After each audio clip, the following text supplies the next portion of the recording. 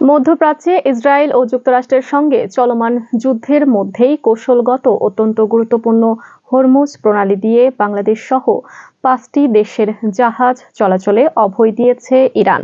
Tehran জানিয়েছে, নির্দিষ্ট কিছু বন্ধু রাষ্ট্র এবং বিশেষ অনুমোদিত দেশের জন্য এই জলপথ খোলা থাকবে।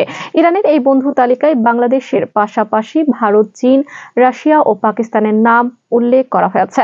ইরানের রাষ্ট্রায়ত্ত টেলিভিশনে দেওয়া এক সাক্ষাৎকারে দেশটির পররাষ্ট্রমন্ত্রী আব্বাস আরাকচি এই তথ্য জানিয়েছেন।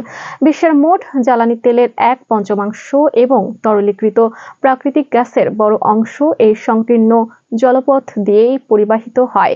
গত মাসে যুক্তরাষ্ট্র ইসরায়েলের ইরানে আগ্রাসন শুরুর পর থেকে এই প্রণালীতে কঠোর নিয়ন্ত্রণ আরোপ করে তেহরান। এতে বিশ্বজুড়ে জ্বালানি সংকট ও পণ্য সরবরাহ ব্যবস্থা মারাত্মকভাবে বিঘ্নিত হচ্ছে।